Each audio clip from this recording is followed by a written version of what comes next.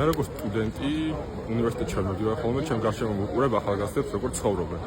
და ხედავ, რომ ამ ადამიანების ცხოვრება არის უნივერსიტეტის სამსახური, უნივერსიტეტის სამსახური და ასე გრძელდება მთელი თავიანთი ცხოვრების განმავლობაში, სანამ მე რაღაც მარტივი არ დაიწყება, სწავლენ სოფლებში, ან გააგრძელებენ ისე მუშაობას.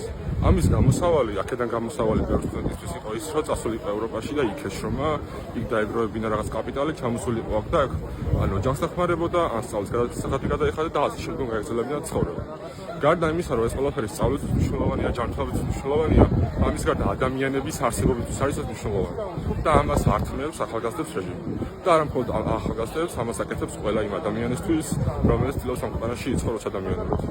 ეს ყველაფერი არ მიუწვდებს ერთს იმას, რომ ახალგაზრდების და არა მხოლოდ ახალგაზრდების რეჟიმს უბრალოდ უნდა რომ ქართველებმა დაცალონ ეს ქვეყანა და მეორე უბრალოდ იმდანაც გაჭირებულები იყვნენ ეს ადამიანები, რომ საბოლოოდ დამოკიდებულები გახდნენ რეჟიმზე და რეჟიმმა უკეთ მართოს ეს ადამიანები. გამოსავალი არის ერთი.